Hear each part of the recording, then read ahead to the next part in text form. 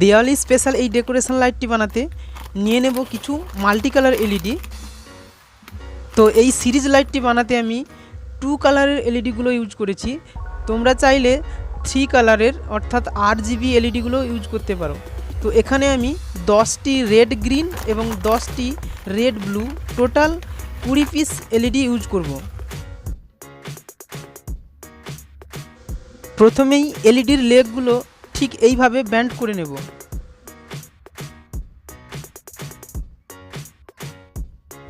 সেমভাবে সমস্ত এলইডির লেগগুলো একই প্যাটার্নে ব্যান্ড করে নিতে হবে।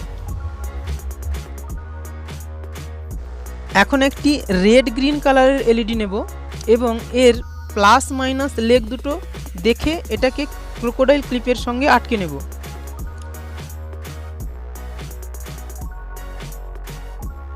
এবার একটি রেড ব্লু কালারের এলইডি নেব এবং এর প্লাস মাইনাস লেগ দুটি খেয়াল করে দুটো এলইডিকে সিরিজ কানেকশান করব, অর্থাৎ একটি বাল্বের প্লাসের সঙ্গে অপর বাল্বের মাইনাস একসঙ্গে কানেক্ট করব।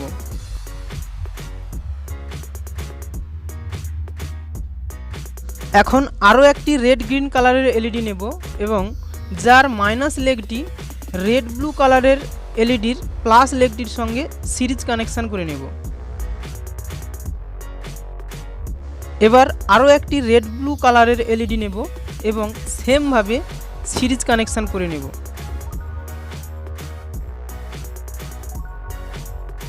এখানে প্রথম এলইডির মাইনাস লেগটি আমি ছেড়ে রেখেছি এবং এর প্লাস লেগটির সঙ্গে দ্বিতীয় এলইডির মাইনাস কানেক্ট করে দিয়েছি। একইভাবে দ্বিতীয় এলইডির প্লাসের সঙ্গে তৃতীয় এলইডির মাইনাস লেগটি কানেক্ট করেছি ও তৃতীয় এলইডির প্লাসের সঙ্গে চতুর্থ এলইডির মাইনাস লেগটি কানেক্ট করেছি। এইভাবে সমস্ত কানেকশানগুলো সিরিজ কানেকশান হবে।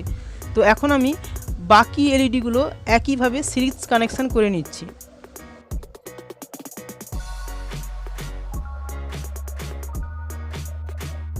ঠিক এইভাবে 20টি এলইডি একসঙ্গে কানেকশান করে নিতে হবে, যেখানে একটির প্লাসের সঙ্গে আরেকটির মাইনাস কানেকশান করা হয়েছে, অর্থাৎ সিরিজ কানেকশান করা হয়েছে। কানেকশানগুলো বুঝতে অসুবিধে হলে সার্কিট ডায়াগ্রামটি দেখে নাও। তো এখন সমস্ত এলইডিগুলোকে একটি রাউন্ড শেপ করব, অর্থাৎ গোল আকৃতি করব, যাতে এটা দেখতে ভালো লাগে।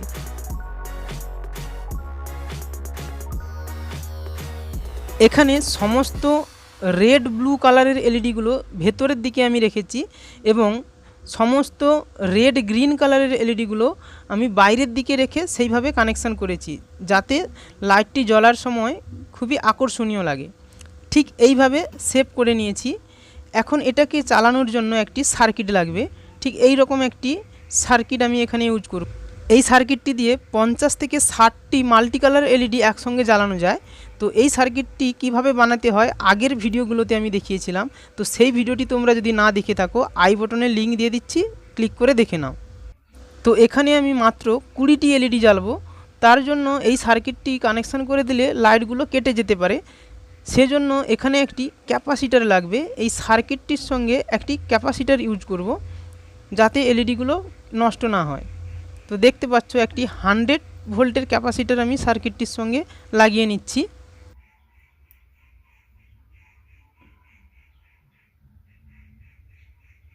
ক্যাপাসিটারটি লাগানোর সময় অবশ্যই এর প্লাস মাইনাস লেগ দুটো দেখে লাগাতে হবে। ভুলভাল লাগালে কিন্তু সার্কিটটি নষ্ট হয়ে যাবে, কাজ করবে না।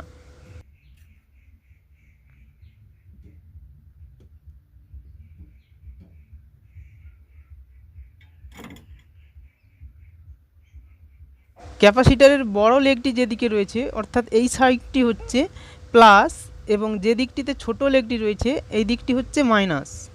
এখন এই সার্কিটটি সিরিজ ট্রেনটির সঙ্গে কানেকশান করব। তার জন্য এলইডির প্লাস মাইনাস লেগ দুটো ভালো করে দেখে নিতে হবে।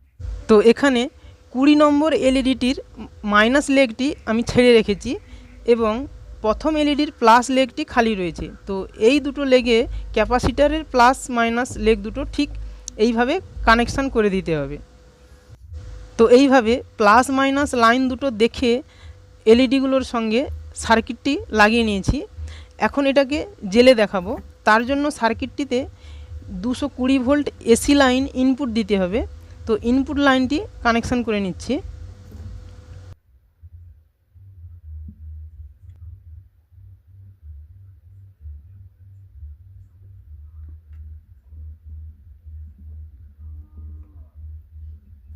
খুব সহজেই অল্প খরচে বাড়িতেই কিভাবে এলইডি চেন লাইট বা ঝালর লাইট বানাতে হয় সেই রকম ভিডিও যদি তোমরা দেখতে চাও আই বটনের লিঙ্ক দিয়ে দিচ্ছি, ক্লিক করে দেখে নিতে পারো। তো এখন আমাদের দেওয়ালি ডেকোরেশন লাইটটি পুরোপুরি কমপ্লিট। এবার এটাতে 220 ভোল্ট এসি লাইন দেব। তো অবশ্যই তোমরা খেয়াল রাখবে এটা একটি ওপেন সার্কিট, এর প্রত্যেকটা জায়গাতে 220 ভোল্ট এসি লাইন থাকবে। তো কোনোভাবেই লাইটটি জ্বলা অবস্থায় বা কারেন্ট চালু অবস্থায় লাইটটির কোনো জায়গায় হাত দেওয়া যাবে না, তাতে কিন্তু মারাত্মকভাবে ইলেকট্রিক শক লাগতে পারে।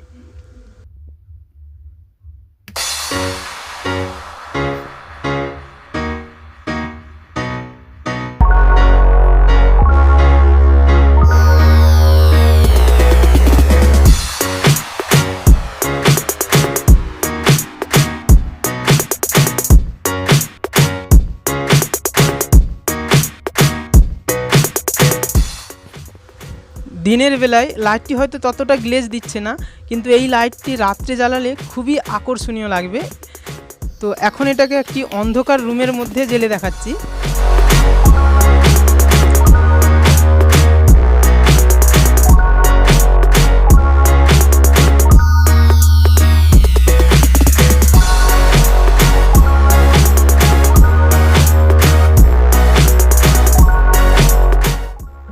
তো লাইটটিতে হাত দিলে যেহেতু কারেন্ট শর্ট দেবে, তো তার জন্য এটাকে সেফটি হিসেবে আমি এখানে মাস্কিং টেপ দিয়ে পুরো লাইটটিকে কভার করে দেব, যাতে লাইটটি চালু অবস্থায় হাত না লেগে যায় বা হাত দিলে কোনোভাবে ইলেকট্রিক শক যাতে না লাগে, তার জন্য টেপ দিয়ে পুরোটাই কভার করে দিচ্ছি।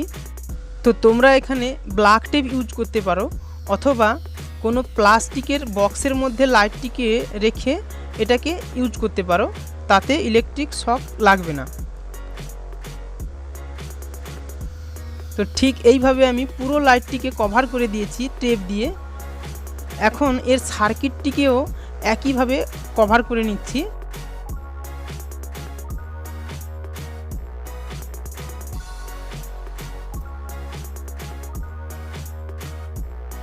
তো এখন এটাতে এসি লাইন দিলে ইলেকট্রিক শক খাওয়ার চান্স অনেকটাই কম থাকে।